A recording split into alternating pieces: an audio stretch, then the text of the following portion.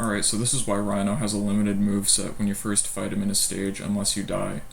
So this value here, 0D55, it's a value within the first enemy slot, which is where Rhino will be obviously because there's no other enemies. But this value here is the number of drills on screen. So this is a save state where I died in the stage. And if we just wait around for a few seconds in this very laggy fight until he does a pattern where he shoots drills, you'll see.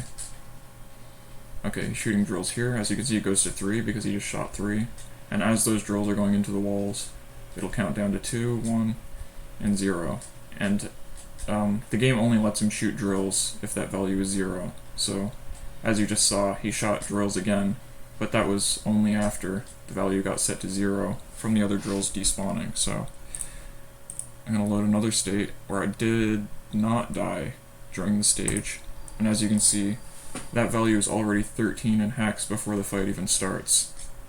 And since the game is checking that for 0, and it's never going to be 0, Rhino will just never shoot drills. But what sets that value to 13 in hex? It's this first enemy here. It gets loaded into the first enemy slot, and it sets that value to 13 in hex.